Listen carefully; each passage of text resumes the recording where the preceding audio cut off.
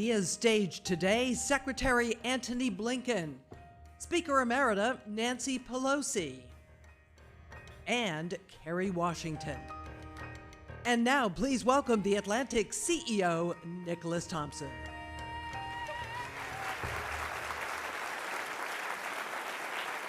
Wow. Good morning, everybody. Welcome. Thank you. It's wonderful to see you here. It's wonderful to be back live.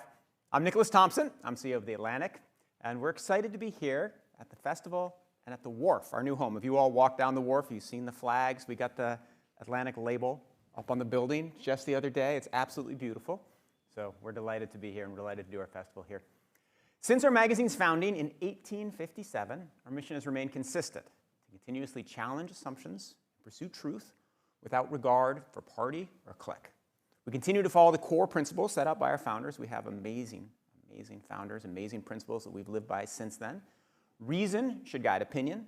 Ideas have consequences.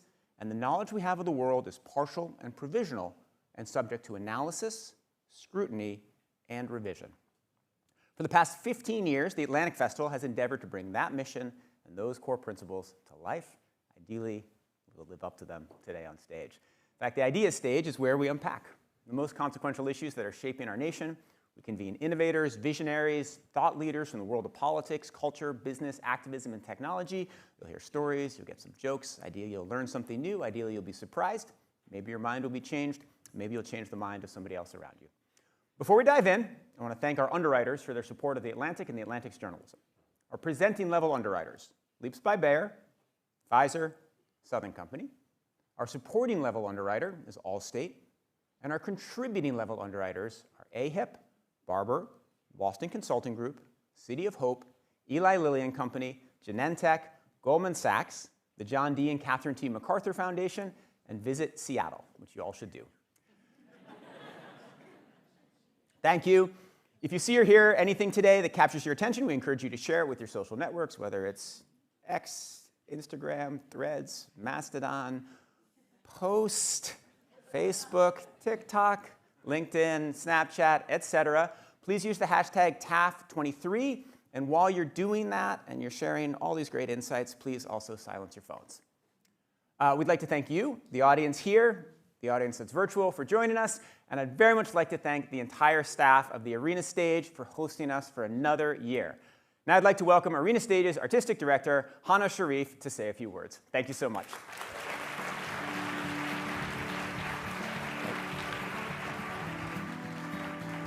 Good morning. Good morning. My name is Hannah Sharif, and it is my great pleasure to welcome you all to Arena Stage. We are delighted to be a host for the Atlantic Festival this year. Thank you for supporting the generation of big, bold new ideas to move our cultural and political ideologies forward.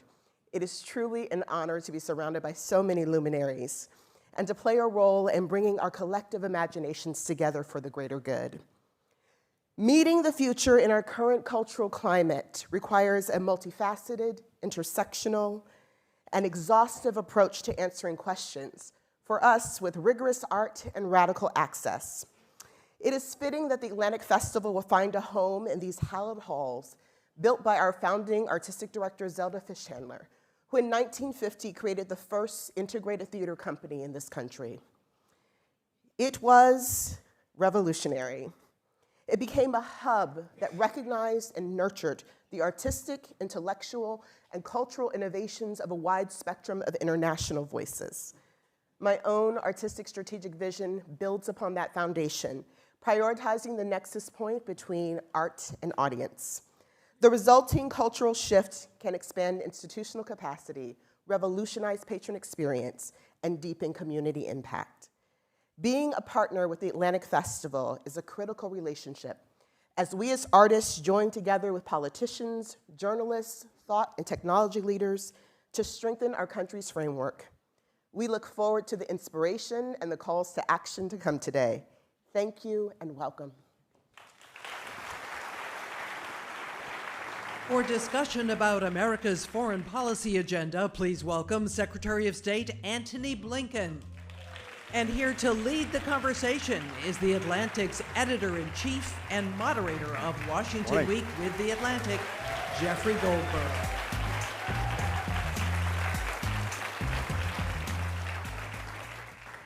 Thank you, and good morning. And again, on behalf of everyone at The Atlantic, thank you so much for coming today and tomorrow, I hope. We have an amazing program.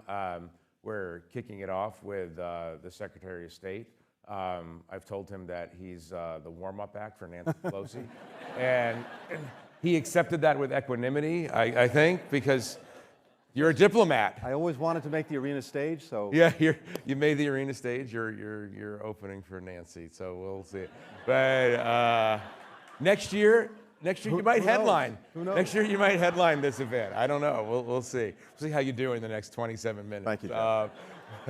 But thank you very much for coming. I appreciate it, and I was hoping that we could talk today, lift up a little bit from the daily press of events and get a larger picture of where America is in the world and where the world is. And you've been speaking somewhat about this subject. Obviously, you're speaking about the subject of the Cold War in the shadow of what's going on in Ukraine.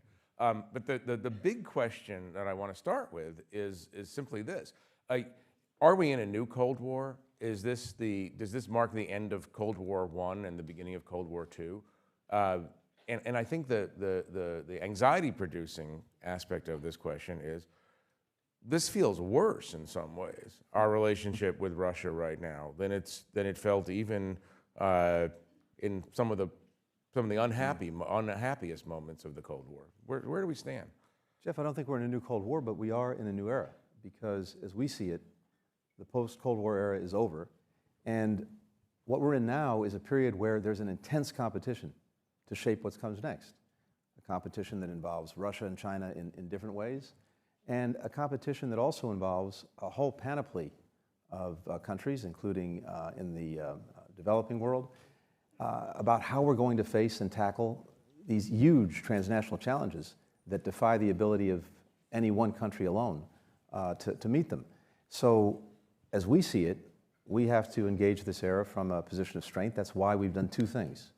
We've invested in ourselves at home in historic ways, and at the same time, and this is my piece of it on the President's instruction, we have from day one worked to revitalize, re-engage, rejuvenate our alliances and partnership, and build new ones that are fit for specific purposes.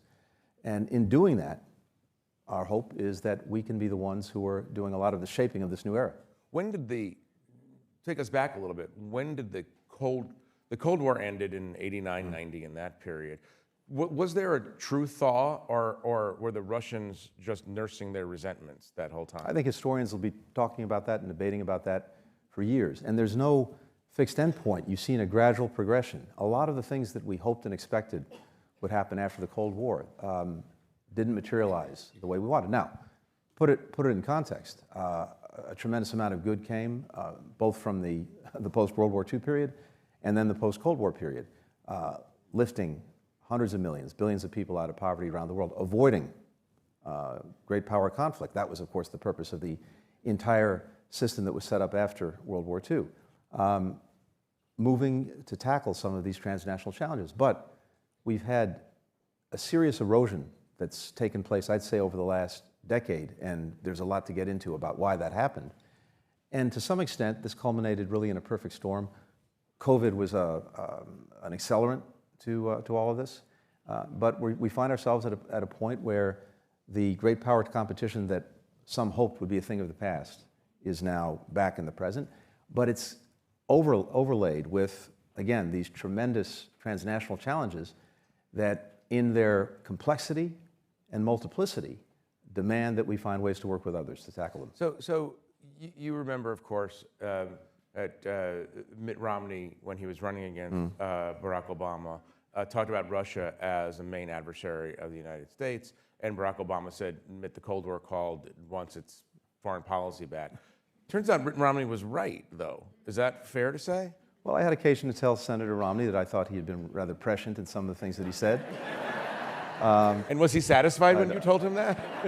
I'll let him speak to that, Jeff. this is not what we wanted. In fact, when President Biden came to office, one of the things that we tried to explore was whether Russia was interested in having a more stable, predictable relationship with the United States. You remember President Biden and President Putin met in Geneva. That was, and this is before the re-aggression against Ukraine, the whole intent was to test that out. Unfortunately, more than unfortunately, tragically in so many ways, that's not what Putin wanted. Do you think there's any purpose in ever having President Biden meet with Putin again, or is it beyond repair? Look, never say never, because ultimately what everyone wants, starting with the Ukrainians, is a just and durable peace. So let's see if we ever get to a point where that's possible. What does a just and durable peace look like to you? Well, it's two things. Just in the sense that it reflects the basic principles that are at the heart of the UN Charter: territorial integrity, sovereignty, independence for Ukraine.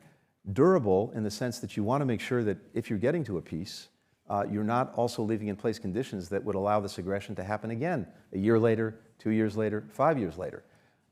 So those are the two things, those are the two guideposts. How you specify that, how you define that, obviously the Ukrainians have to make fundamental decisions about what they want their future to look like. But the Ukrainians say right now that the future peace looks like 100% of their territory under their control. That seems like a hard lift, and we can talk about how the war is actually going in a second. But do you ever see a moment when this administration, your administration, and the Zelensky administration are just going to be at loggerheads over that core question? We have been, and we will remain, closely joined. And what the President has said repeatedly is that these are fundamentally decisions for Ukrainians to make. Nothing about Ukraine without Ukraine. That remains very much the North Star of what we're doing. But Jeff, I think what's so important here is there are two reasons that we've been engaged in this, and not just us, dozens of other countries. And by the way, for years people complained when we've been engaged abroad in the lack of burden sharing, allies and partners picking up their fair share. This is an instance where we've had very successful burden sharing. In fact, if you look at the numbers across the board, both in total and military, economic, humanitarian support, other countries together are doing even more than we're doing. So it's quite extraordinary. But we want to make sure that as we're doing this, we're doing two things. One, I don't think people in this country and any other country like to see the horrific bullying that's going on with one large country aggressing another and doing terrible things in the process. So we're moved by that. And Americans, I think, feel that inherently. But equally, this is about more than Ukraine. It is about a Russian aggression against the very principles that have been at the heart of the international system. We were in New York a week ago for the UN General Assembly, and it was kind of a useful moment to remind ourselves that the reason the UN came about in the first place was after the Second World War, and the major intent was to make sure that the world came together in a way that didn't allow for a third world war after the first two. And in order to do that, there was an agreement in the UN Charter about the basic understandings that countries have in how they relate to one another. And at the heart of that are things like territorial integrity, sovereignty, and I have to say, though, the UN seems kind of useless in this situation. Russia's on the Security Council. It vetoes resolutions that are opposed to Russia. It has China as an authoritarian partner in their common desire to not have internal intervention. So what is the defense of the, I mean, they have nice parties last week, but what's the defense of the United Nations at this point? Two things. First, you're right, the Security Council has a lot of problems, and we're working on them. But well, you're working on, how are you working on them? Well, one of the things that we're doing is we're leading the effort to actually reform the council, to bring countries onto the council that better reflect realities of today, not when the council was first established. But how do you do that when Russia and China have a veto over reform? Jeff, it's a process. But here's the thing. By the way, that's Nancy Pelosi level game right there. Now that's flattery. Thank you. Listen, General Assembly, pretty instructive. We've had 3 votes in the General Assembly at various points where 140 countries or more, in one way or another, condemned what Russia was doing. That's a powerful signal. That's a powerful message. And if you look at the UN agencies that are out there doing incredible work, whether it's UNHCR, whether it's UNICEF, whether it's the International Organization for Migration, and down the list, they are doing things to help people in distress that, were they not doing it, either we would have to do it entirely on our own, or no one would do it, and then you'd have a world of even greater hurt. So yeah, of course, the UN needs a lot of work. but it says, my boss likes to say, you know, don't compare me to the Almighty, compare me to the alternative. Right. General Mark Milley, who I spent some time with recently, was talking about Ukraine, the battle space of Ukraine, as the fulcrum of the world in terms of democracy versus authoritarianism. Like the whole story is there. If Russia wins and gets its way through force, that means that the authoritarians will truly ascendant. And so my question is, do you believe that all of our eggs are in that basket as well? Well, let me say two things. First, one thing about Mark. It's been an incredible privilege to serve alongside him. He's an extraordinary American, an extraordinary leader, and an amazing patriot. And I've not only learned a tremendous amount from him, but just enjoyed immensely being in the Situation Room with him and getting to work with him these past couple of years. The piece that you ran was extraordinary, requisite plug for The Atlantic. And so I really wanted to note that. Really an extraordinary person, extraordinary leader. And this is not a question of all the eggs being in a basket, but he's exactly right about what the stakes are. Because here's the thing. If Russia's allowed to do what it's doing in Ukraine, and to do it with impunity, then it tells would-be aggressors everywhere, they can get away with it, we can get away with it. And that's why you've seen so many countries far removed from Europe and Ukraine engaged in supporting Ukraine. Japan, Korea, Australia, New Zealand. They all understand that there are global stakes involved, and that's why they're watching Russia and thinking China. They're watching Russia and thinking, look, my own region, this could happen here. And the message we send, the actions we take, are going to have an effect on what happens later. So let me ask you this, because everything we're talking about is we're talking about understanding that there's a rather important election coming up in this country. How do you build guardrails for NATO? How do you build guardrails now to protect the effort to continuing to keep Ukraine in the fight? We know very clearly he doesn't dissemble on this question. We know that Donald Trump doesn't like NATO, would, if he had his druthers, pull out of NATO, doesn't like Ukraine, obviously has a great affection for Putin, apparently.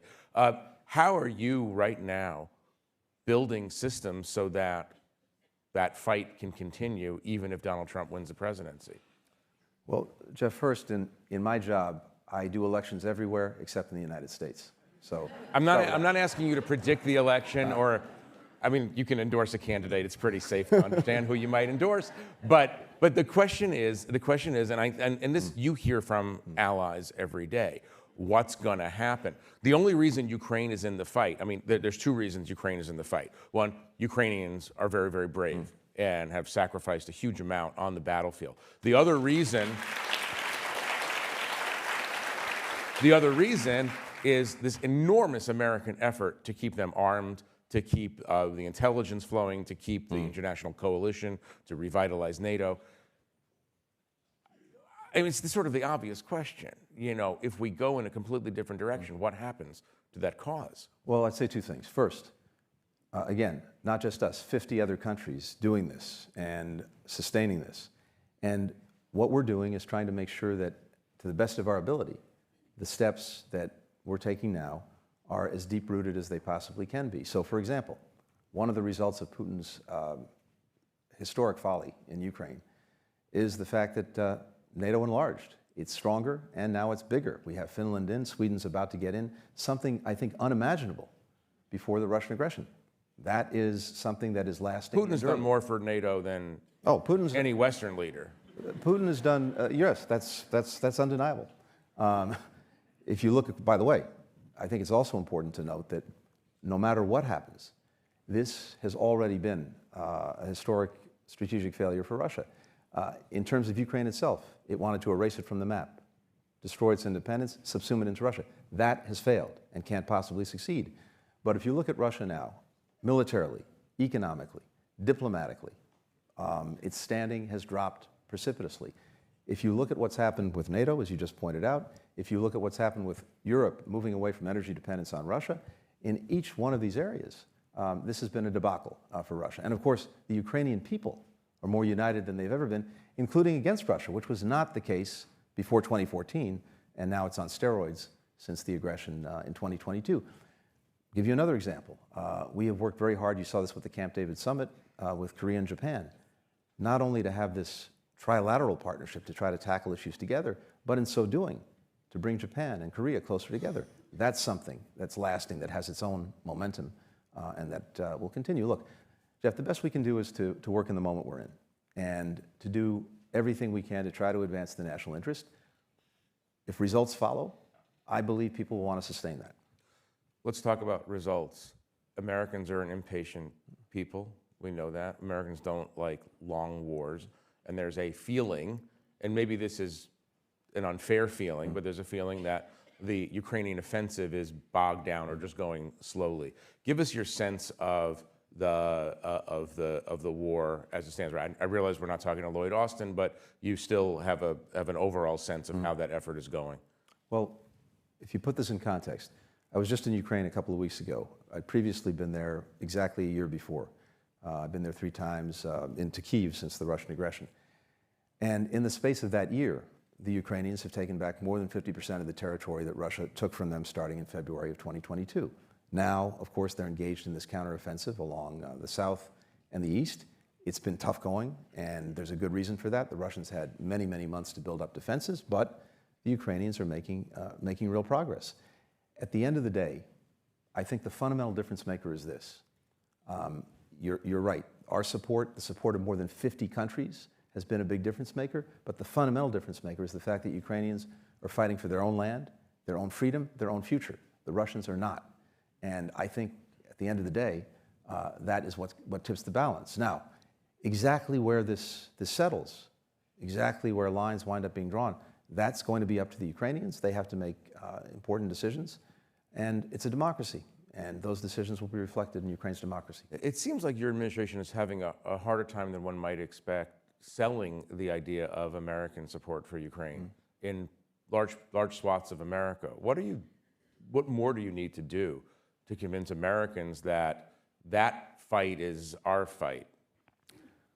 I'm not sure I accept the premise for a couple of reasons. One, if you look at polling, which is not what's driving things, but at least some of the polls I've seen recently suggest that there is strong, enduring support for our support for Ukraine. In Congress, yes, there are some loud voices that are taking a different tack, but if you look at the majority in both parties, the support is there and it's sustained. I've had an opportunity to spend some time with Leader Mitch McConnell. It's clear. The House Foreign Affairs Committee Chairman Mike McCall, also a very strong supporter. So I believe the support is still there. We, of course, have to continuously try to focus our fellow citizens on the stakes. And it's a natural progression. You have intense focus on something over a period of time. And actually, the intensity of the focus on Ukraine lasted a lot longer than I would have predicted. But inevitably, other things happen. The media moves on. And it's in those moments where, sure, it's a little bit more challenging to keep people focused on something, and in so doing, to really sustain the support. But at least where we are now, I've not seen that erosion, but it's something we have to work out all the time. What do you think about the so-called realist perspective on Ukraine and Russia, which is related to maybe some of this quasi-isolationism you hear in the more Trumpified portions of the Republican Party, which admittedly is most of the Republican Party at this moment, that this war is at least partially the product of Western overreach, that of course Russia is going to react negatively to the expansion of NATO, to feeling boxed in and so on. I think history says exactly the opposite. Again, consider this. Before 2014, when the Russians first went into Ukraine, you had in Ukraine itself very little public support for joining NATO, favorable attitudes, including in the West, toward Russia. NATO itself was on a downward trajectory. Defense budgets were actually declining, not going up. The American presence in Europe had declined dramatically from the end of the Cold War, 300,000 troops to about 60,000. The heavy equipment that was part of NATO was actually being pulled back, tanks and planes. That was the trajectory. And again, there was a good reason for that. The hope and expectation was we'd moved into a better, more positive period. There was even a NATO-Russia Founding Act. I remember it very well. I was working for President Clinton at the time, and when he signed this, and this was a means of cooperation between NATO and Russia. So if you're looking at it from that perspective, I think the trajectory was clear, and NATO has never had a design on a single inch of Russian territory. It's not an offensive alliance, it's a defensive alliance. Putin has managed in these actions to precipitate everything he claims he wants to prevent. And that starts with a stronger and bigger NATO. Is Russia a bigger threat to the U.S. and to Western democratic interests now, or is China actually the number one? They're very different in their nature. China has, by its military capacity, its economic capacity, although a little bit more challenged these days, its diplomatic capacity, its presence around the world, much greater ability, certainly, than Russia, to try to shape what the international system looks like. And I think they want a world order, but the world order that they seek is profoundly illiberal in nature. Ours is liberal with a small l. And that's the fundamental difference. The world that we hope to shape looks very different from the world that they might prefer. What does China want ultimately? I think that what it seeks is to be the dominant power in the world militarily, economically, diplomatically. And depending on the purpose that it brings to that can move things in one direction or another. But I think fundamentally, that's what China is seeking. That's what Xi Jinping is seeking. And in a sense, that's not a surprise. There's an extraordinary history in China, and I think if you look and listen to Chinese leaders, they are seeking to recover what they believe is their rightful place in the world. Are you surprised that the imperial spirit is so alive across much of the world at this late stage? These are things that we thought, hoped, expected that we left behind, and one would think that the lessons learned from that experience would have continued to move things in that direction. But the reality is it hasn't, and that's exactly what we're grappling with now. That's why, as I said at the outset, this is the start of a new era. This is the end of the post-Cold War era. This is the start of something new. And the president talks about it this way, and you've heard him, I think, Jeff. He talks about it as an inflection point. And by that he means the decisions that we make just in the next few years will have a profound effect in shaping not just the few years that follow, but decades to follow. We had an inflection point after the Second World War. We had another one arguably at the end of the Cold War. This is a third one. And that's why the stakes couldn't be higher. But it's also why I'm feeling real confidence about our ability to do that shaping. We've had, as a result of our re-engagement with the world, built convergence with dozens of countries, starting in Europe, but well beyond, on the approach to Russia and Ukraine. We built convergence, much greater than we've ever had, on the approach to China. And we've managed also to bring partners together in the Atlantic and in the Asian theaters. The way we're looking at it is this, and if you look at what we've actually been doing, I talk about it almost like variable geometry. We have coalitions of different shapes and sizes that are fit for specific purposes. Part of that is using existing alliances and partnerships, but part of it is also building new ones. An example, we were in New York, as I said last week. This summer, we put together a global coalition to deal with one of the greatest threats in our time, and that is synthetic opioids here in this country. More Americans between 18 and 49 die as a result of fentanyl than anything else. We now have 100 countries coming together to try to deal in a much more concentrated and coordinated fashion with this scourge, including making sure that precursors, chemical precursors that get diverted into the illegal manufacture of fentanyl, that we find ways to block and to stop and to control that, among many other things. Down the line, whether it's on food security, whether it's on climate, whether it's on building infrastructure and meeting the demands that are out there around the world, but making sure that we're building it to the highest standards. In each and every one of these ways, we put together different collections of countries to work on it, and organizations.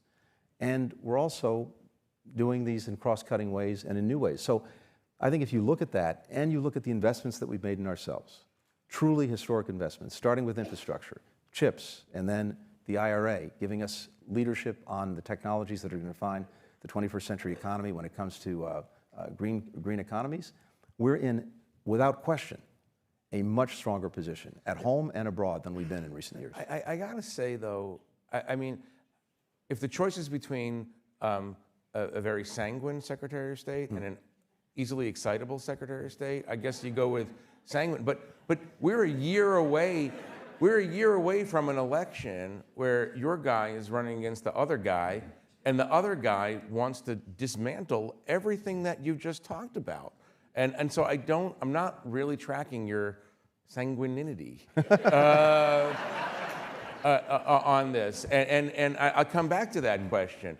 And maybe there is no answer. Maybe you can't future-proof the work that this administration has done over the past 3 years. And by the way, there have been mistakes that the Biden administration has made. There have been victories along the way. But it's all within a certain bandwidth of reality-based policy making. Thank you. I'll take that. Well, no, that's the, yeah. I don't mean to be too nice about it or anything, but yeah, I mean, there's the usual bandwidth, and then there's the special bandwidth that we've been dealing with in the last 7 or 8 years. I'm really looking forward years from now to someone saying about my tenure, reality-based policymaking. I think that's yes, it is, but how do you, again, I come back to this. You seem very, yes, I understand you have this kind of almost fatalistic, all I can do is work in the present, but the next time, and by the way, if you can tell me how I can work in the future. But this is the question. I would like you to work in the future, but this is the question. Is there anything that this administration can do to build guardrails for some of the plans and programs that you're talking about, including very, very key programs like supporting Ukraine? Or is it just, Joe Biden has to I mentioned a few of them. A number of the things that we've done, that we've helped, that we've supported, including NATO's enlargement, that's going to last no matter what the next administration is. The work that we've done. But he can pull out the previous president if he's elected again, and that's a plausible, maybe not probable, but a plausible outcome. He could pull the United States out of NATO.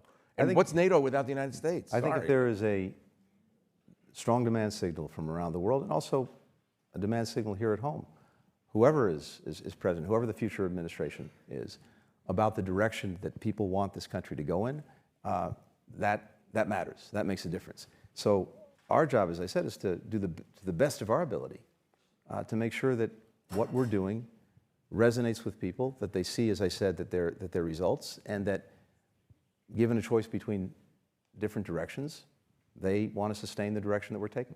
Let me ask in a couple of minutes that we have left about a couple of threats and possibilities on the horizon. The first is Taiwan. Obviously, a lot of people, especially if you're talking about Indo-Pacific issues, they look at Ukraine and they ask the question, is Taiwan ready for what might be coming? Is it? What we've seen over the last years, not just the last year, years plural, really going back to 2016, is China looking to stir the pot, to change the status quo with regard to Taiwan. But what we've seen just over the last year is a very strong convergence of countries around the world, in the region and well beyond, saying to Beijing, don't do it. The stakes, not just for Taiwan, but quite literally for the entire world, are extraordinarily high. 50% of the world's container traffic goes through the Taiwan Strait every day.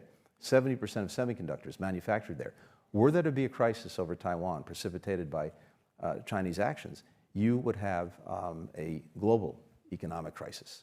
And so I think the message that China is hearing increasingly from countries around the world is, don't stir the pot.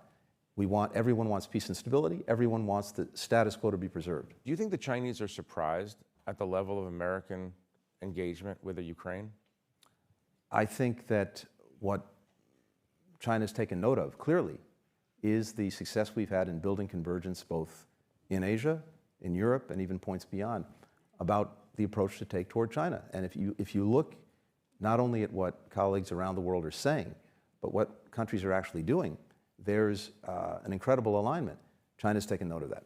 Right. I mean, it is interesting. I want to come to the last point in a second, but it is interesting to note that China has somehow managed to create a new U.S.-Vietnam alliance, which is not historically an easy thing to pull off. Talk about that for 1 minute. Well, look, that's extraordinary in so many ways. I was with the president in Vietnam a couple of weeks ago. I've been there a number of times over the years, going back to the Obama administration. And it's one of the most extraordinary stories in recent history, for a whole variety of reasons. But I think what you've seen is us take this relationship to a new and unprecedented level. It reflects the desire of Vietnamese to have a strong and more comprehensive partnership with the United States. Now, yes, is some of that driven by their concerns about China? Of course. But at the same time, I think there's, in Vietnam in particular, you just see an extraordinary energy, an extraordinary entrepreneurial class of young people, an incredibly young population. And they're attracted to the United States. And it's a remarkable, remarkable transition in history. But look, I think it's important to put this in perspective because this story, while incredibly powerful and positive, is also not novel in other ways. Among our closest allies in the world right now, Germany and Japan. Right. First we go through some bad stuff, and then we have some good stuff. The final question for you, and a short question. Normalization between Israel and Saudi Arabia. You've been working on this quite a bit. What are the chances? First, it would be transformative if we can get there. You would go from a region where there have been, as you know better than anyone, decades of turmoil, go back to 1979, even earlier, and moving that to the prospects for a much more stable and integrated region, to have at the same time a rapprochement by the leading country in Islam with Israel, that would have reverberations well beyond the Middle East. So if it can be achieved, I think it would be transformative. Achieving it is not easy. There are really hard issues that are on the table. We're working through them. I don't want to put a percentage number on it, but I can say this. I think we're invested in really testing this out. I believe the Saudis and the Israelis are as well, but we still have to grapple with a lot of hard practical issues, and whether we can get there and when we can get there, that we don't know. Well, I want to thank the overly sanguine Secretary of State. All I've managed to do is get myself overheated, but we tried. Jeff, if it's any consolation, I'm going to go backstage and scream. Okay. Thank you very much. Nice to see you. Thank you.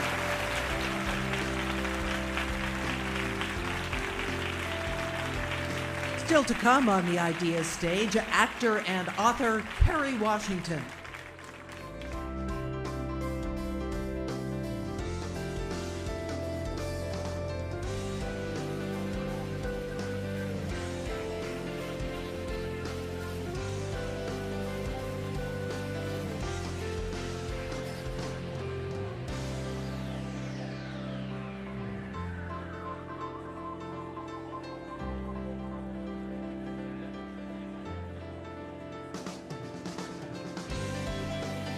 And now for a conversation about the future of global democracy, please welcome Speaker Emerita of the U.S. House of Representatives, Nancy Pelosi. Returning to lead the conversation is the Atlantic's editor-in-chief, Jeffrey Goldberg. Oh, look. They're giving you a standing ovation. I guess it's just the crowd is stacked against me.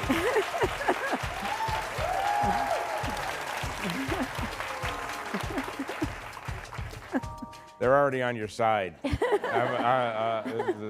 Nice to see you all again.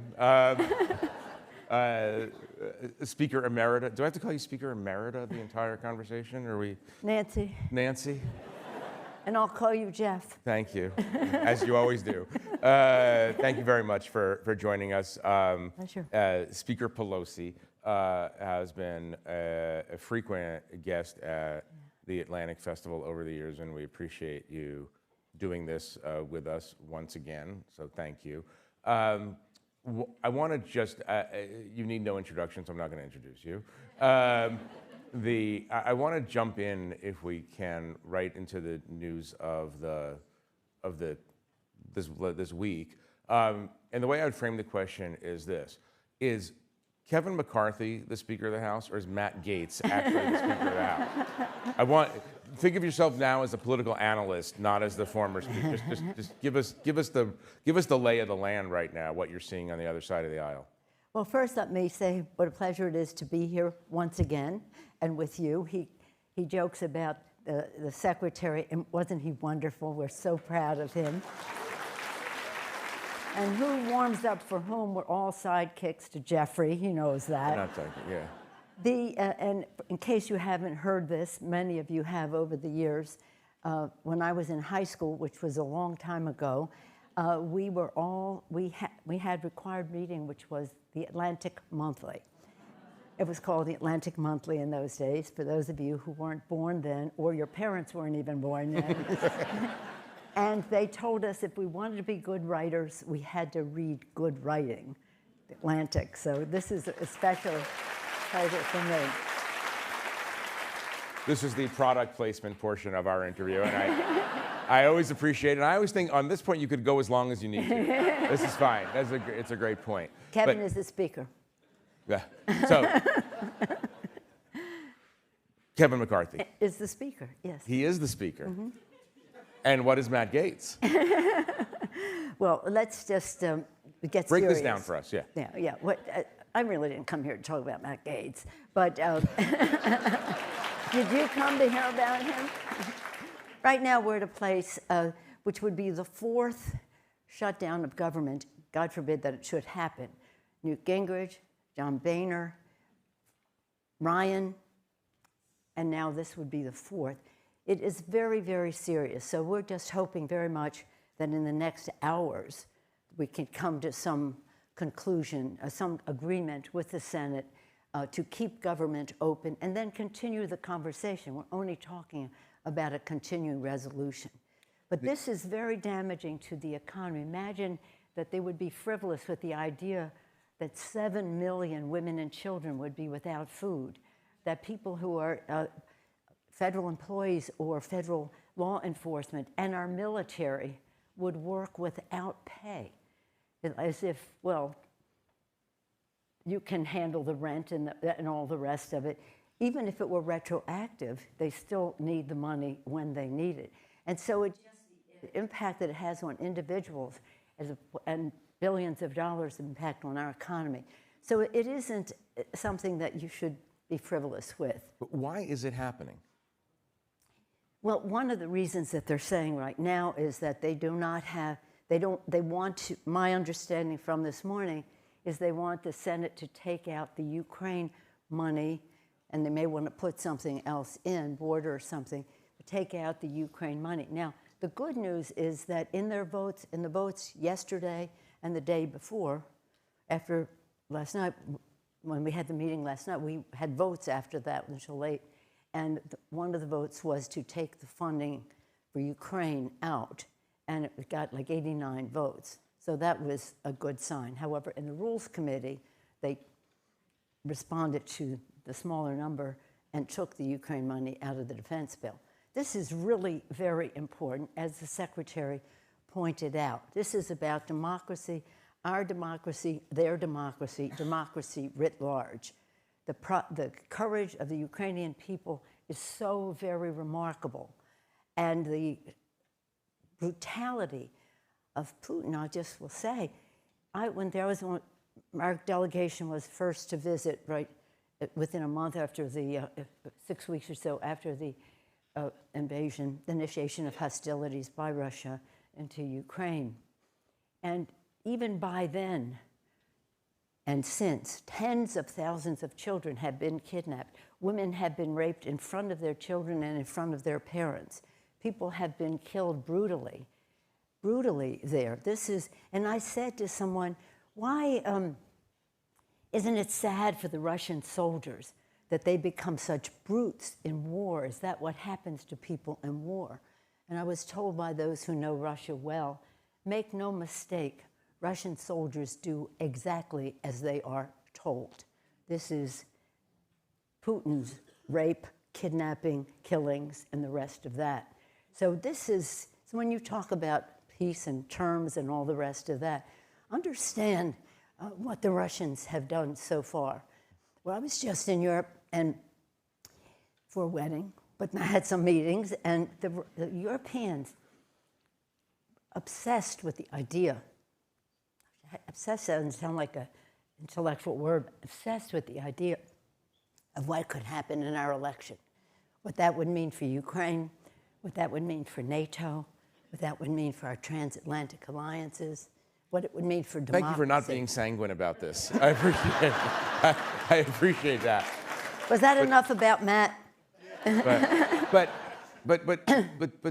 stay on this, because you're watching the other party have this debate over Ukraine, and you have isolationists, and as the secretary fairly pointed out, Senate Mitch McConnell and many other people are very supportive of Ukraine. Great. But where is this isolationism coming from, or where is this even in some quarters almost kind of objectively pro-Russia policy coming from in a Republican Party that one historically does not associate with pro-Russian policy? Where is that all happening? Well, it is happening in the House of Representatives among some of the members there. Yes. There's what we think of as a pro-Putin caucus. There are a few of them. The pro-Putin caucus. The pro-Putin caucus. Yeah, it's shocking. It's terrible.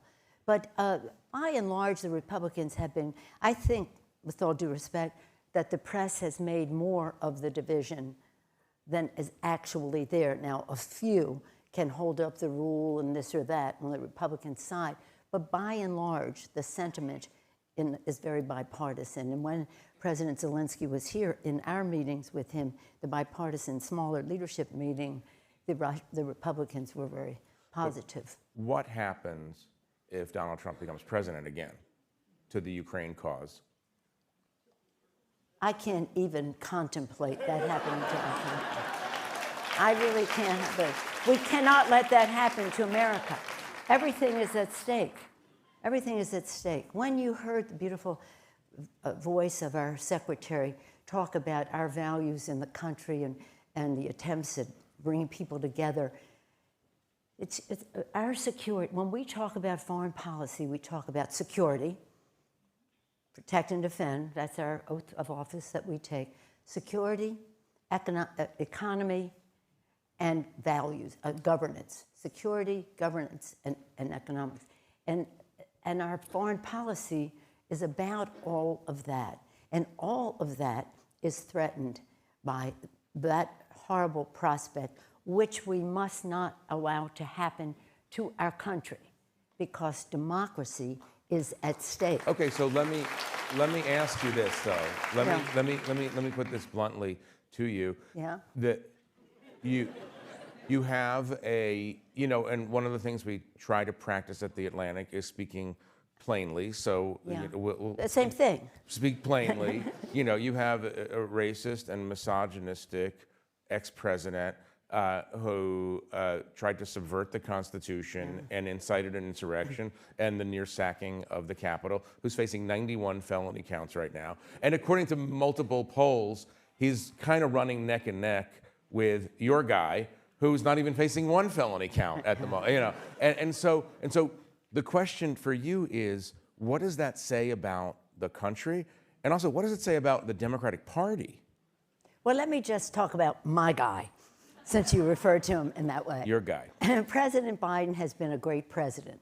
In the 2 years when we had the majority in the first congressional term of his presidency, he accomplished as much as any president in recent history, certainly competitive with Lyndon Johnson, and of course, in the same column as a Franklin Roosevelt, although not so many years, more to be done, and he keeps saying our work is not finished. He has brought, again, a vision about our country that is very fair and equitable and democratic. He has brought knowledge of the issues. He's been in the Senate, and the vice president, now the president, knows what he's talking about. To make a contrast, vision, knowledge, strategic in his thinking. Look at the legislative agenda we accomplished working together in a short period of time. The secretary mentioned some of those. Maybe I'll mention them again, see if we have time. And then he is the most empathetic president. He loves people. He knows and he cares. He has a vision, he has a plan, and he's getting things done. We just have to make sure people know. Now, polls. In the last election, go back almost a year, I was told as Speaker, you're going to lose 40 seats, 30 at a minimum, but you're going to lose 40 seats. I said, you don't even know what you're talking about. There ain't no way we're going to lose any 40 seats. We know the territory. We know the issues. We know the contrast between our candidates and the Republicans, and we lost 5 seats in New York. But we did not lose 30 or 40 seats, as was predicted. You heard about the red, whatever it was, tide or whatever, red something or other that was coming, the tsunami and all that. Well, it went the other way. So I wouldn't worry about the polls so much. But I do know, as the former chair of the California Democratic Party, we just have to own the ground, get out our vote. And we do that by having inspiration with the great work that our president has done, what needs to be done next, but really our commitment to democracy. Can you believe that that is actually at stake in our country? Just even to, not even reference, but what he said about General Milley, things like that. I mean, the danger of some of these people, and I know personally, sad to say, but my husband's doing fine, thank you all for all your kind words. Last night, you and I heard the governor of Maryland talk about Baltimore. And I was so proud that he talked about Baltimore, where I was born and raised. And one of the reasons, I want to tell you this, because I wear this pin, and on it says, one country, one nation, one destiny. One nation, one destiny, our flag. This was what was engraved, embroidered in Lincoln's coat that night. He probably wore that coat every night, but, Lincoln. But nonetheless, one nation, one destiny. I take great pride in the fact that the national anthem was written in Baltimore, War of 1812. And when you go to the game, you get toward the end and everybody starts shouting at the end of the song. Well, I start shouting when it said, proof through the night that our flag was still there. Our flag was still there. And that's what we have to make sure, that our flag is still there in this election, with liberty and justice for all, as we pray. You brought up the attack on your husband, and thank God he's doing well. But talk about political extremism and violence. And you also just mentioned, I was going to ask you about this, but we saw Donald Trump just the other day go on his website or his social media platform and basically suggest or incite violence against the current chairman of the Joint Chiefs of Staff. Now, that's a remarkable thing. 10 years ago, can you imagine a former president demanding the execution or suggesting the execution for treason of the current, of a four-star general? Not in almost 250 years. And so my question is, what happened? Why have we descended to this point in terms of political violence? And talk about that in the overall context of the health of democracy. Well, let's be positive about this.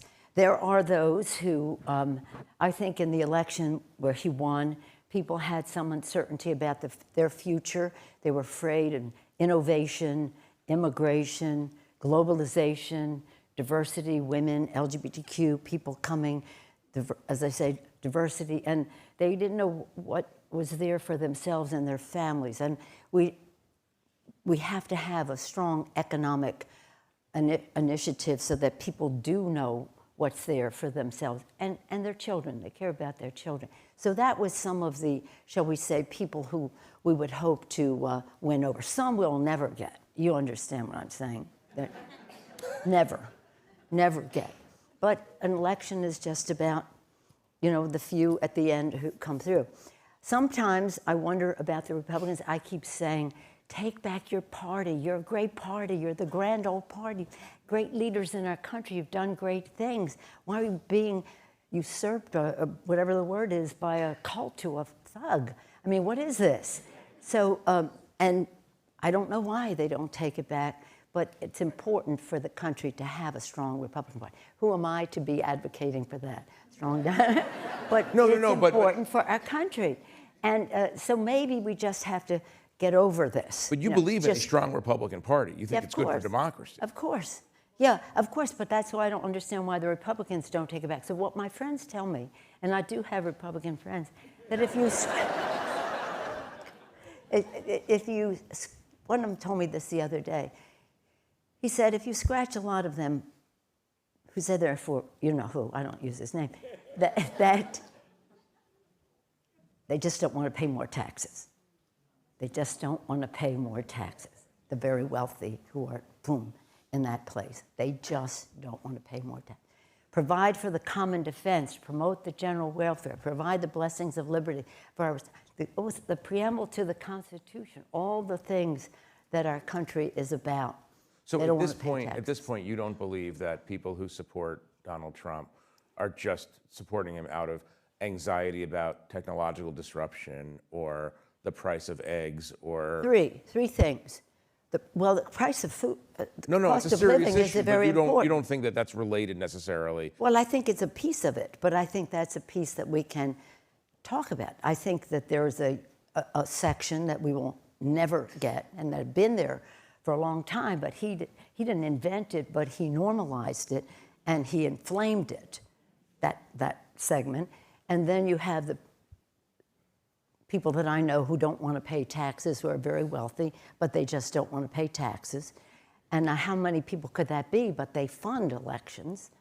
And then you have those who, like, said, well, I don't like what he says or does, but he said he was going to open up the factory down the road, so why don't we give him a chance to do that? That's what we heard people say in the last election. It was, you have to give him credit for being a snake oil salesman. He does that really very, very well. You really don't say his name, do you? No. When I was a little girl, if you said a naughty word. Can I ask you, I want to come back to, because you're an When I was reading Atlantic Monthly. We run naughty words now. I want to come to some of the themes that Tony Blinken was talking about in a minute, but I want to stay on this. One of the issues that many Republicans use against the Democrats is disorder and crime in cities. Now, you represent San Francisco. Yes. You know as well as anyone that San Francisco right now is having a difficult time, difficult stretch.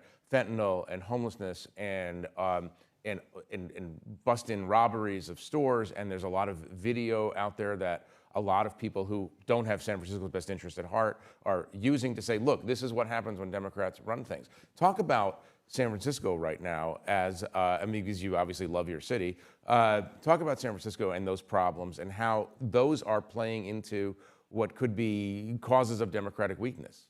Well, let me first of all say I do not agree with your characterization of my beautiful city of St. Francis. But whose anthem is the Song of St. Francis, make me an instrument of thy peace.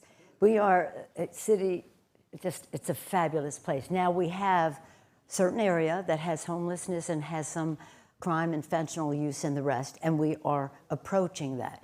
It gives some people in the press a lot of fun to say it's the whole city and this or that. No more than any other place. Our crime rate is lower than many other big cities. But we do have the fentanyl problem. Mind you, these chemicals come from China, go to Mexico to be processed, and then come into the United States. They're very deadly. If you had this much fentanyl, or a little less than this, you could wipe out the whole city of San Francisco. If you had as much as this chair, less than this chair, you could wipe out 25% of the people on the face of the earth. And the secretary mentioned that it's a global problem that we all have to fight, but it's a big problem in our country, and it's so deadly. And again, it's personal for all over the country. It's not just San Francisco. So yeah, they like to exaggerate. Yeah, we do have some carjackings and things. I've had my own car broken into, but it is isolated, and we don't have that much homelessness. We've housed the people who want to be homeless, many of the people who don't have challenges, drug use or other challenges that we have to address. But ours is very much confined. Other cities like in Los Angeles, the mayor of Los Angeles, Karen Bass, is doing a fabulous job addressing the challenge there. But homelessness and drug use, and again, the lethality the lethality of fentanyl and other things now that are making matters worse is something we have to address. I'd like to stay on the subject, but I also do want to pivot to, you mentioned China. Yeah. And obviously something that you did not so long ago that caused a lot of consternation in national security circles and also created a lot of hope in Taiwan was visit Taiwan. And I'm wondering if you could frame out, this has been a cause of yours for years. Yes, decades. What we might call plainly Chinese imperialism. Talk about that in the context of this global struggle for democracy. Do you think that the Chinese have learned something? Same question I asked Secretary of State. Do you think the Chinese have learned something about the American response to the Russian invasion of Ukraine? Well, let's hope so. But let me say this, first of all.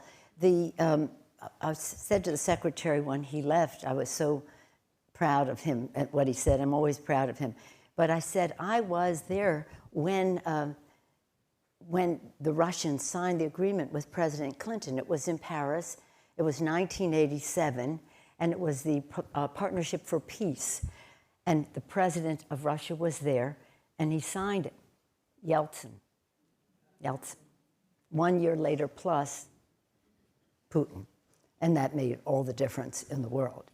But it has been, we had been more hopeful about how we would all come together peacefully and have a peace dividend and all that. Remember, we talked about that. In terms of China, for over 30 years, well, since Tiananmen Square, I've had an issue about three things with China. Of course, human rights.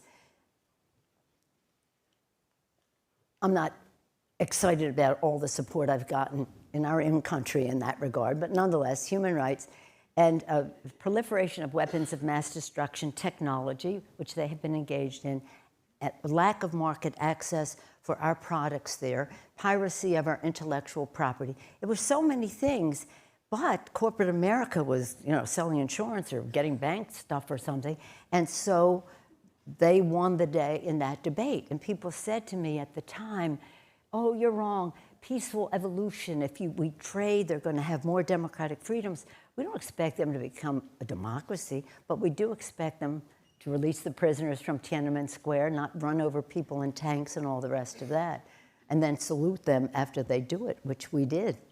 Salute them within a couple of weeks after they did that. So in any event, it's been a fight about three things we talked about: security, economics, and values, governance. And it's a big country. We're a big country. We have to find our path. I've been there even since I've been on their case to talk about climate. We have to talk with them about climate. They're one of the biggest emitters, if not the biggest. We're 1 and 2. We have to try to find common ground with the Chinese people and the rest. But the issue of my going to Taiwan, I was invited by the government of Taiwan to come. I had a very distinguished delegation, which was on an Asian Pacific visit. We went to Singapore, Malaysia, Korea, Japan, and Taiwan. I was not going to have the president of China tell me that we should be isolating Taiwan, a democratic, thriving, free market economy, and that meant something to everybody. And we had a glorious visit, thousands of people in the street saluting America. And I've gotten tremendous response. I was very pleased that the Senate Republicans put out a statement of support for the visit. And so there are those who want to make a fuss about it. Right before I went, there were like 4 senators who went. Did you know that? Did anybody say boo? But because I've been on their case for 30 years or so, they had to, track us, show it landing, and all the rest of that. But it is, Taiwan is an important trading partner with us and the rest. So I'm very proud of our visit. We've gotten global support for going there. And it had no change in our policy. We were one China policy. It had no change in that. We're guided by certain laws, communiques and that, and the U.S.-Taiwan Relations Act. Which country makes you more nervous about the future of democracy in the world, Russia or China? China. Even though Ukraine is the front line No. in the struggle. Well, we have to win that fight. We have to win that fight in Ukraine. And as I said, when I was there and they were concerned about what happened in our election, because they're concerned about what Russia's a violation of the border and the sovereignty of Ukraine, because he won't stop there, Putin, he won't stop there. That's what they're concerned about there. So we just have to win that fight. That is a contained fight. When we're talking about what's happening in China, the excursions in the South China Sea, very concerning to the countries in the region. When we're talking about, look, let me tell you this. China proliferated weapons of mass destruction. Do you know we have this big concern about Iran, and rightfully so, about the prospect of their having a nuclear weapon. To have a nuclear weapon or use it, you have to have 4 things at least: technology, knowledge, scientific knowledge to assemble it, to weaponize, delivery capacity, and intent. The only thing that is indigenous, completely indigenous to Iran, would be intent. Much of the rest of it is made in China, and not that very, very long ago. Can I ask And, you? and like whether it's ring magnets for centrifuge to enrich uranium. I mean, I do this every day on China. Yeah, You make nuclear weapons every day? yeah, I do. I Yeah. do. That is a powerful speaker. Psychologically, Yeah. yeah. Did not know that it was the responsibility of the Speaker Emeritus. I have to ask you this because you bring up nuclear, the nuclear subject. You very famously, right after January 6th, called up Mark Milley, the chairman of the Joint Chiefs of Staff, and said, Donald Trump is crazy. Yeah, Just I said quoting. that. This Did man I is use crazy. his name? I mean, What? did I use his name? I'm just. You don't I probably have to. said, I'm you just know, what's saying. his name is Well, crazy. yeah, you said this guy. This guy. I did whatever- say crazy, yeah. You did say crazy. You didn't Yeah. use his name. He's crazy. I worry about nuclear command and control. Milley said we have systems in place, et cetera. Okay. But if Donald Trump is elected president, do you actually worry about our nuclear stability the way you worry about China and Russia's nuclear stability? My friends, it's very hard for me to have a conversation predicated on if Donald Trump is elected. But we have to. We because, simply but we have to. cannot allow it to happen. Our democracy is at stake. Yes. Yes. Yes, what? Yes. Yes to all of the above. Yes. I just want to get I a yes. worry. All right, Yeah, we I got the worry. yes. Okay. Look, we only have a couple of seconds left, but I do want to ask you this question, and it comes back to what we were talking about at the very beginning. You seem to have a reasonably good time as speaker. I'm thinking of the last 3 Republican speakers: Paul Ryan, John Boehner, Kevin McCarthy. They don't seem to have as good a time. So this is almost like a management question, Yeah. sort of like a Harvard Business School review. Like, what did you understand about managing your restless party that they don't understand, or why did you seem to have a better time doing it than they do? Well, it depends on what you mean by better fun. You know. Oh, I don't know how fun it was, but. But the thing is that I always say to candidates or electeds or whatever, know your why. Know why you are there. If you know why you are there, then all of the work that goes into getting the job done is much easier. And that's very satisfying. I don't know that I'd call it a good time or fun, but it is what we call fun. That is being successful. And my thing is for the children. Everything is, that's why I ran for office. That's what got me from kitchen to Congress, from housewife to House Speaker, for the children. Because you can't even imagine, right now they're trying to cut Title I funding for children in poor school, you know, without going, I know we only have a few seconds. So when you have your goal and you respect the values of the people even you have a disagreement with, to put something together for the children. And so I always say to the members, you know, I'll quote a Republican president, Teddy Roosevelt. He said, when he talked about being in the arena, you're no longer a spectator. You know that speech. If you don't, you should read it. And I say to the members, now you're in the arena. We're no longer spectators, we're in the arena. And when you're in the arena, you have to be ready to take a punch. And you have to be ready to throw a punch for the children.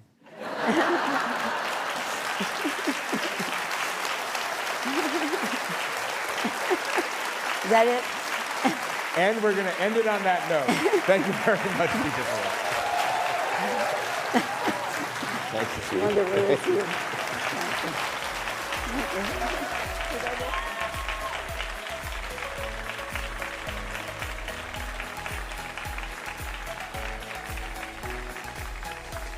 Here to discuss her book, Thicker Than Water, a memoir, please welcome actor, producer, director, activist, and author, Kerry Washington.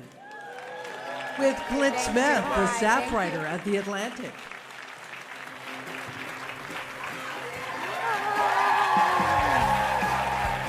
Thank you.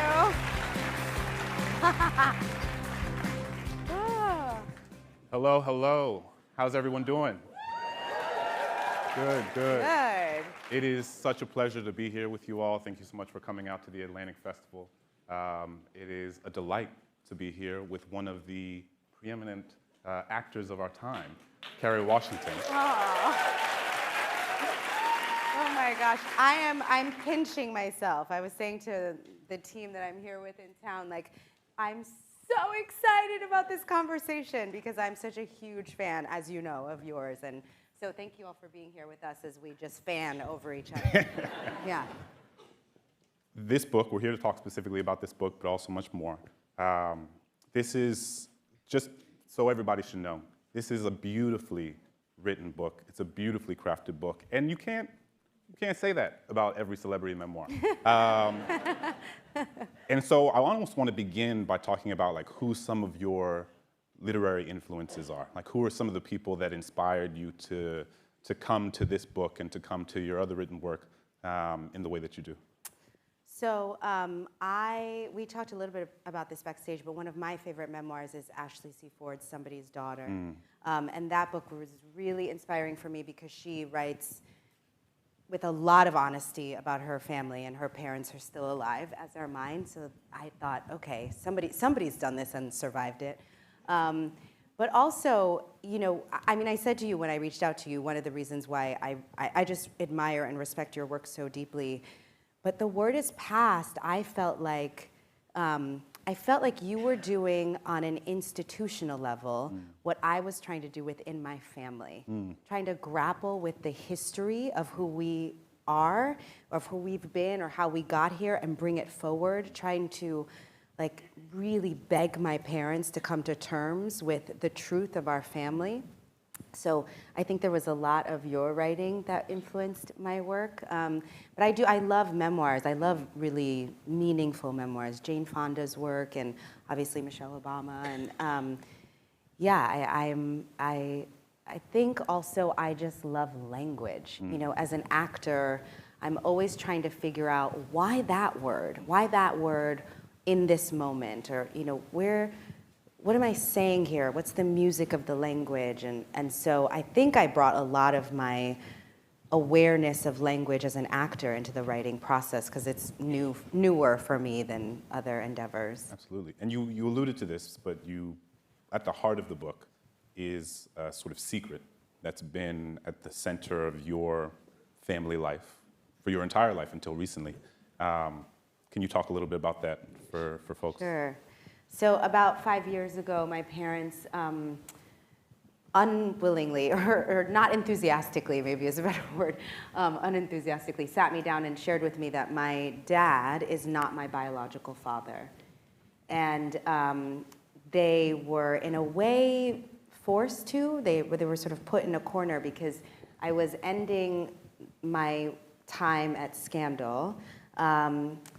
And Skip Gates, Professor Gates, approached me about his show, Finding Your Roots. And I love it, yes.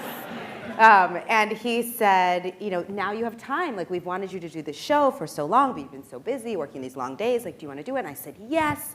And I called my parents, and they said, great. And then they sent us these DNA kits, and my dad started to have panic attacks. Oh, man. And it began this transformational process for my family of, for the first time, having to live in reality with each other. And they really weren't, I mean, their plan was to take this to their grave. I share in the book that when they first told me, my mom said, well, I was gonna write it down in a letter to you and put it in a safe deposit box. And I was like, you've had cancer twice and you're almost 80. Like, when were you gonna write this note? Like, when was that gonna happen? But she now admits that, like my dad, her plan was to take it to her grave. And really, Skip Gates, encouraged them to tell me. He said, you know, this has happened a few times on the show. I've seen this happen, and what's hardest for a lot of people is to not be able to make peace with this information and with each other because not everybody's alive. And you have this opportunity while you're alive to give her this information and walk through it together as a family. So I'm really grateful that they did tell me. And it ended up being, and this is one of the parts of the book that I love so much, is how you talk about how it allowed you and your father's relationship, which had always been, I don't know if you want to say strained, or you talk about how you knew that there was something missing, or that there was something, a sort of tension, an unresolved tension at the heart of your relationship through your childhood into your adulthood, but that the revelation of this piece of information allowed you all to establish almost a new relationship on terms of honesty that had never existed. Because I think you mentioned that he always wondered, or you wondered if he wondered, if your relationship and your love for him was contingent on this idea of him being your biological father, but it allowed you to do something different. Yeah, when they told me, a lot of things happened, obviously. It was like time slowed down, everything turned upside down. But I realized that, you know, I was looking at my dad, who was just heartbroken, because I think he was afraid that this information would mean that we would no longer be connected to each other. And what I realized in that moment was that every time I had said, I love you to my dad, it had been on the condition of a lie. And so there must have been some part of him, conscious or unconscious, that thought she loves me because she thinks I am her biological father. And therefore, maybe if she knows I'm not, she won't love me. And I actually said to him that day, that first day, like, I now have the opportunity to show you what it feels like to be loved unconditionally. Because I'm not going anywhere. Like, he's my dad, and he's always gonna be my dad. I also know and knew in that moment that I had this additional new 50% of my DNA that was a mystery. Like, there was this whole new unknown part of myself that I also wanted to explore. I think that part of it he wasn't as excited about. He would have liked to just say, like, he would have loved it if I just said, like, you're my dad and I'm your daughter and end of story. But I hold space for more complicated story. I like a good B story. And so I was like, when they asked me how I felt, I remember one of the things I said, because I truly was like excited, like elated in a way. Like, this felt like my call to adventure, but I also knew that wasn't an appropriate thing to say. Like, this is awesome. So, and I did have other, you know, as it went on, the anger boiled up. Like, there were lots of other emotions that came, but in the moment they said, you know, how do you feel? And I said, I feel curious. Because that felt like a measured way to let them know that this was going to be a beginning for me. But to also not, like, distance them from me. Are you in the process now of looking for, and I know you know, we've been talking about the specificity of language. And I've heard you say that very specifically you don't say you are searching for your biological father, that you are searching for your donor. Yeah, I know. And I know scientifically, I mean, actually Professor Gates was like, he's your biological father. And I was like, that can be your language. And it might at some point be my language, but right now, it just doesn't feel right. Like, you know, I have to remember that when my parents made this choice, I was born in 1977. So when my parents did this in the mid-'70s, it was not like today. Today, I go to sperm banks with girlfriends, and you can flip through catalogs and choose the Ivy League degree and the color of their eyes. Like, there's much more openness about this. But back then, it was this highly experimental. I mean, they were like renegades. They were so ahead of their time. And I think I don't know that he knew what he was signing up for, I think my parents asked the doctor just for two things in lieu of a fancy catalog. They were like, please let him be healthy and please let him be Black. And I think a lot of that was less because they were like, yes, they're proud Black people, but I think they wanted to maintain the secret, right? So don't give us this like biracial looking baby if we want to have a Black kid. Which is so funny because my mom is mixed race. But anyway, so I think for me, donor feels appropriate because I don't know what the relationship will be, and it feels like it gives it room. Like I don't know if he's alive or not, but I might meet. Also, there was a little bit of a danger, like starting the book tour. I was like, will there be like a Cinderella slipper thing where people will come forward and be like, it's me? But You so still far, got that some book has tour not left, happened. I know. That hasn't like happened looking yet. around. Yeah. Any hands raised? Anybody donate sperm in 76? Want to talk about it? Oh God. But so I don't know. I don't know if I'll feel a connection. I just don't. I don't know. So I want to leave room for maybe I'll meet this person or their relatives and feel like I am gaining family. But I feel like there's also the possibility that I could meet this person or their relatives and just feel like I'm gaining like factual information, right? Which is important information that I feel like I owe my children and that I want to know for myself. But it definitely is the beginning of an adventure. Your identity as an actor, a producer, is also deeply entangled. The origin story of it is deeply entangled in your identity as an activist. And you were participated in I think it's the STAR program when you were a young person. Can you tell people a little bit about what the STAR program was and how that sort of performance shaped what your relationship both to the craft and to your activism would be? Yes. So I auditioned for a theater company in New York in the early 90s called Star Theater. It lived at Mount Sinai Hospital. And it was in the earlier ages of the HIV/AIDS epidemic. And so we were funded to write this show that was all about HIV prevention. So we had a bunch of teenagers who got together and we wrote shows about safer sex and self-esteem and abortion and homosexuality and losing your virginity, all kinds of issues. And then we would perform this show for other teenagers and stay in character after the show. It's some of the best acting training I ever had because I really learned how to improvise in character. Because you'd be in these conversations with the audience where they'd be like, he doesn't love you, and yes, he does. And you had to stay in character after the show itself. After the show, right, when people would ask you questions. Yes, and it was great because a lot of times a girl would say like, well, what are you going to say to him? And I'd say, well, you come up here and tell me, right? So we would really engage the audience in role play. We were creating social change through art. We were literally trying to save lives using theater. And sometimes we would go somewhere, like sometimes a church would hire us and they'd be like, we're so happy you're here. It's, we really have to be saving lives. Just so you know, we can't have you say condom, and we don't agree with homosexuality. And we'd be like, what?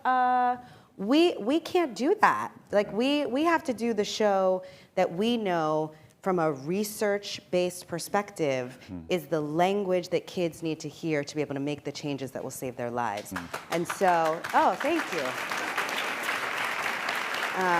So we became activists. We would sort of refuse to perform certain places, or I remember there was one school that wouldn't let us say certain words, and so we set up on the quad and like performed outside without being paid because we wanted the students to have the information. And we used to go to march. It was my first time like going to marches and rallies, and I would be out there with my ACT UP signs, and I learned to be an ally to the LGBTQ community. and then did some experimenting in the LGBTQ community.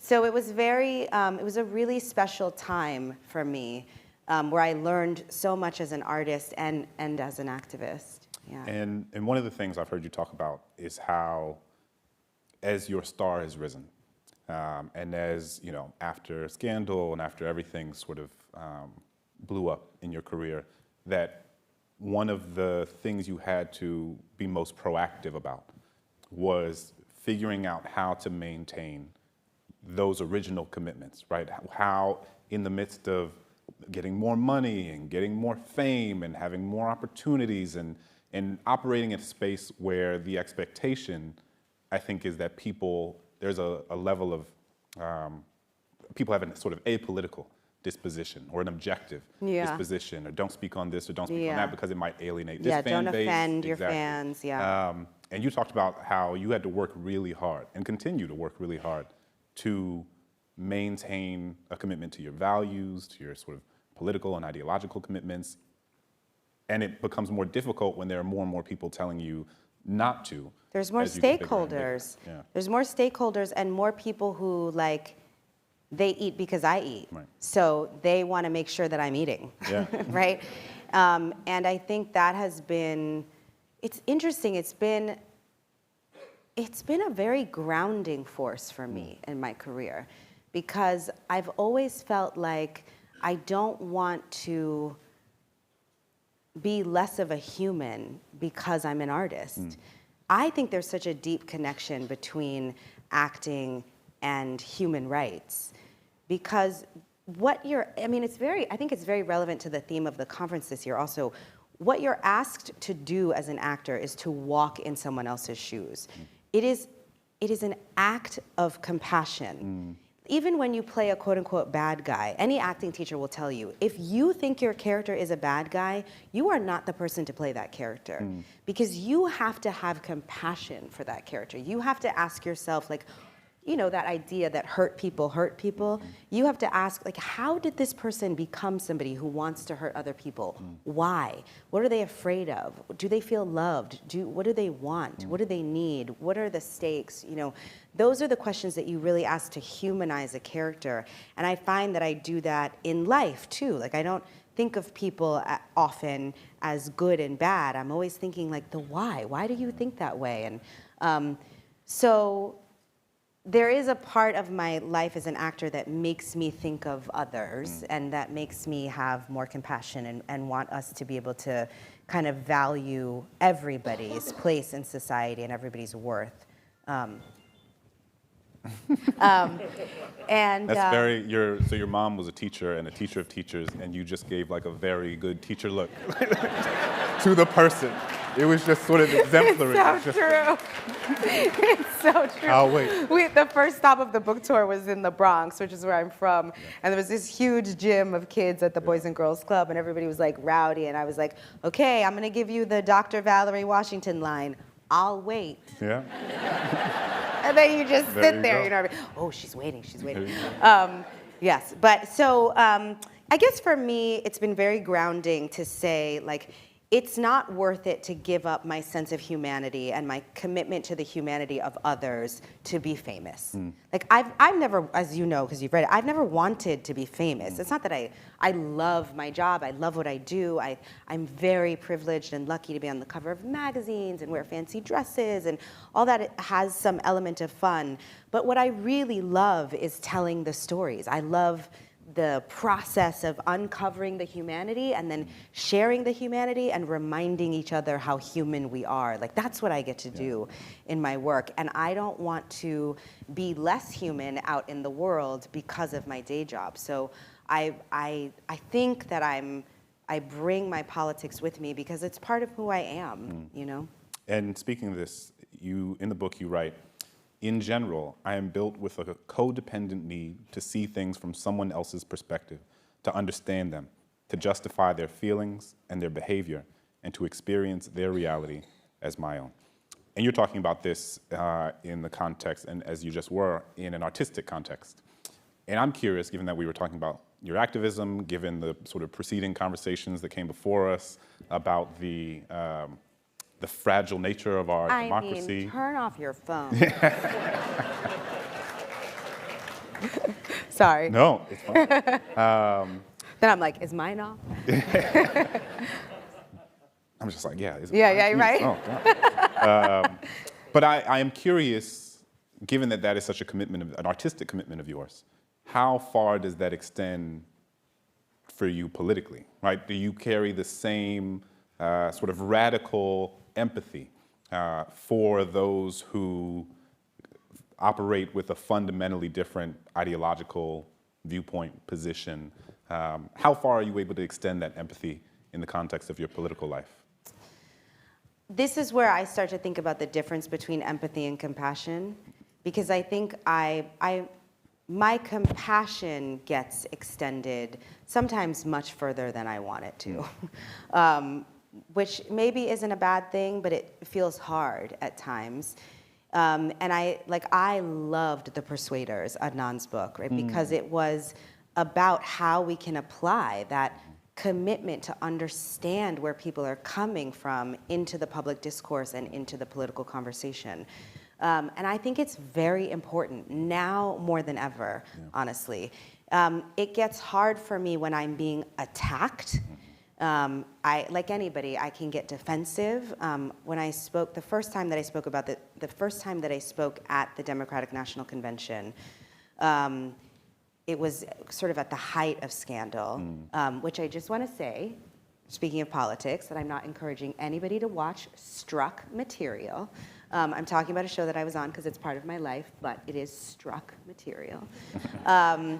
So watch it after we have a new contract. There you go. But I was really attacked after that speech at the DNC, and I remember feeling terrified. You know, I had to involve like ABC Disney security. I was getting death threats. And it was one of those moments where I thought, maybe I shouldn't come out and speak. And where I felt real hatred. I don't say that word a lot, but I felt really angry that people were attacking me in such personal, ugly ways. And I remember actually that somebody from the campaign, from the Obama campaign, said to me, you know, they don't do this to everybody. They're doing it for two reasons. They're doing it because your platform is so powerful, and they're doing it because your message was so effective.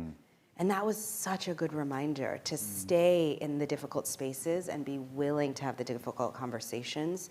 And I started to kind of force myself to look at some of the comments, not the ones that were just ugly and violent, but to start to sort of see where people disagreed with me, to allow myself to think about why and about what that means for how we have to shift culture. Absolutely. After you graduated from college, you went to GW down the road. Woo, woo. Also, last night, Kerry Washington, you started 4 new scholarships. You got 4 new scholarships for students at George Washington University. Which is... And they're named, the scholarship is named for my parents. It's the Earl and Valerie Washington Endowed Scholarship. That's amazing. Yeah. And so you went to college, which your mom was very excited about. Thank God. There was no way I wasn't going to go to college. Yeah. But afterwards, you didn't go straight to Hollywood. You didn't go straight to New York City. You went to India. I did. And you went to India thinking that you would, sort of under the pretense that you were going to learn this sort of traditional Indian form of theater and acting. And it didn't necessarily end up that way. But you learned a lot more. Yes, I had my Karate Kid moment, you know, where I went there to do this traditional Indian theater called Kathakali, and they were like, paint the fence, like that's all, wax on, wax off. Yeah. I was told to like observe and watch and meditate. I also got certified to teach yoga there, which was one of my many side hustles when I went back to New York to be an actor. But I was not allowed to do this beautiful traditional Indian theater. I was taught yoga and also this phenomenal martial art called Kalaripayat. And Kalaripayat and yoga are thought to be kind of the root movement art forms that lead to everything else. So they were really like, I know that you came here to be a doctor, but like you have to take Bio 101.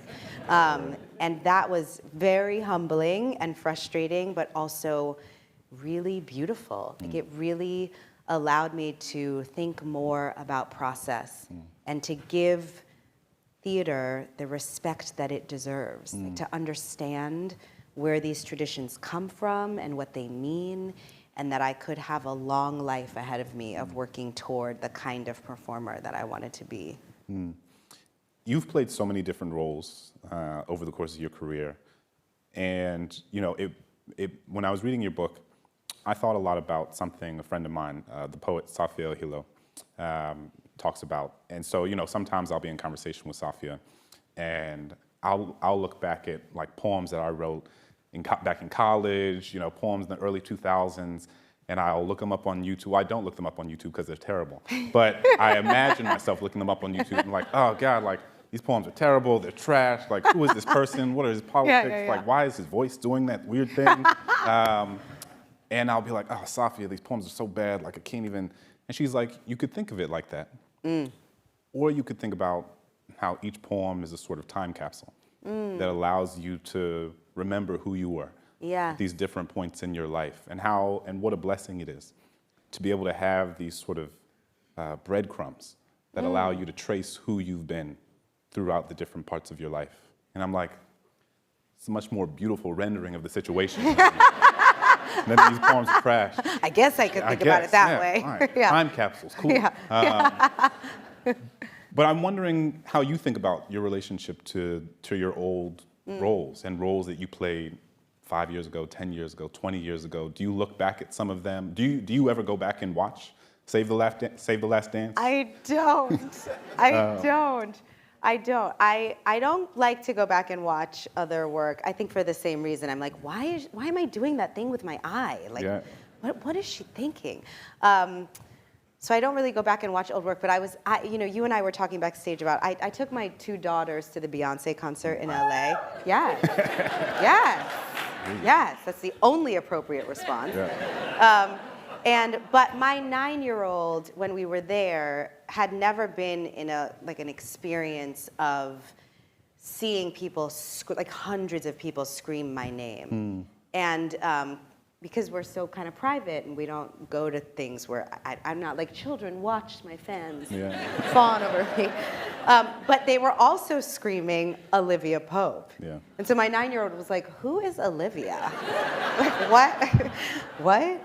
And then I was talking to my manager about it. My manager was like, you have to tell her, like, she's in the show, right? So there were all these seasons where I'm hiding behind purses because she's there. Like, she's actually on Scandal under the big coats and Prada bags. One day she'll watch. Not yet. But I do in a way think of each movie as a time capsule. And I know, like, when I think about them, because I don't watch them, but sometimes I will walk into a room and my husband's watching one. He's like, it was on, I can't turn it off. And I'm like, turn it off. But when I catch those images, I feel really lucky. I feel really lucky to have been able to play the women that I've been able to play, and just to work. Like, it's so rare to be able to do what I do for a living. And it's so rare to do it at the level that I've been privileged to do it at. So I don't love my work necessarily when I look back at it, with one exception that I'll share with you. But I love the journey of it and that I've had those opportunities. My first film, Our Song, I don't know if I will ever again be that good on film.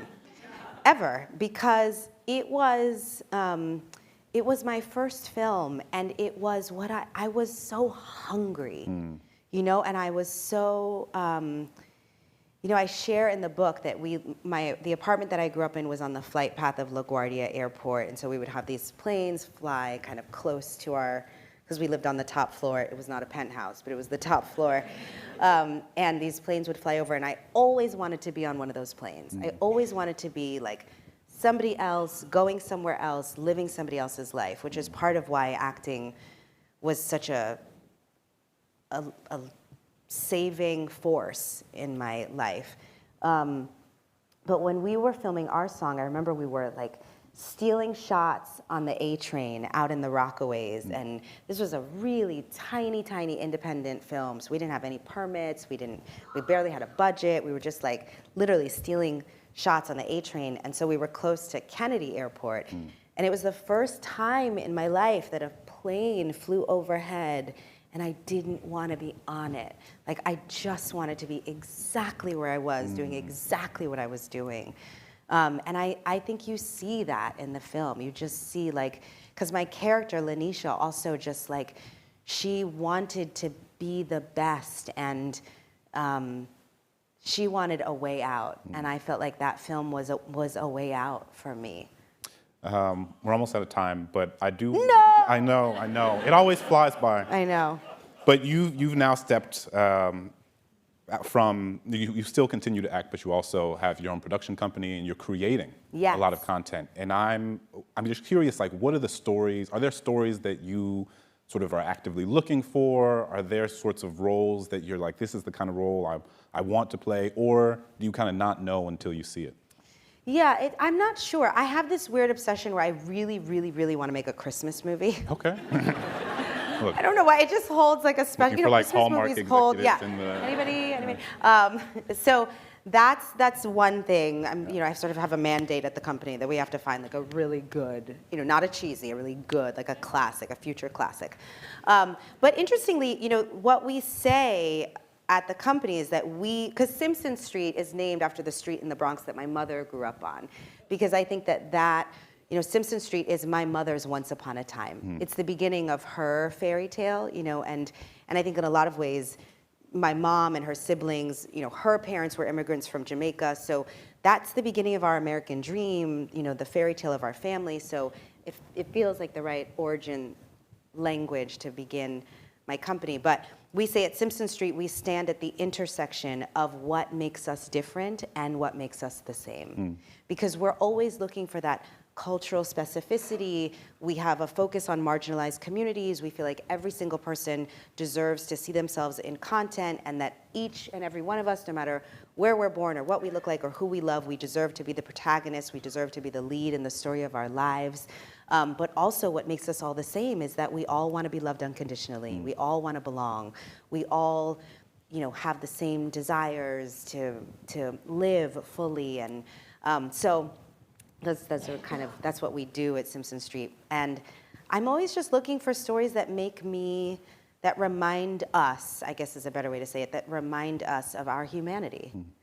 And so that's what I want to keep doing. I just want to keep telling stories. And I feel like that's in some ways what I'm doing here, is having the courage to walk the walk and let myself be the protagonist in the story of my life, and to really share some of my more vulnerable humanity in the hopes that we get to all maybe have a sense of more belonging.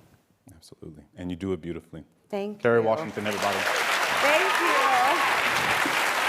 Thank you so much. Oh, so wonderful. Thank you. Please welcome the Atlantic's Candace Montgomery. Thank you.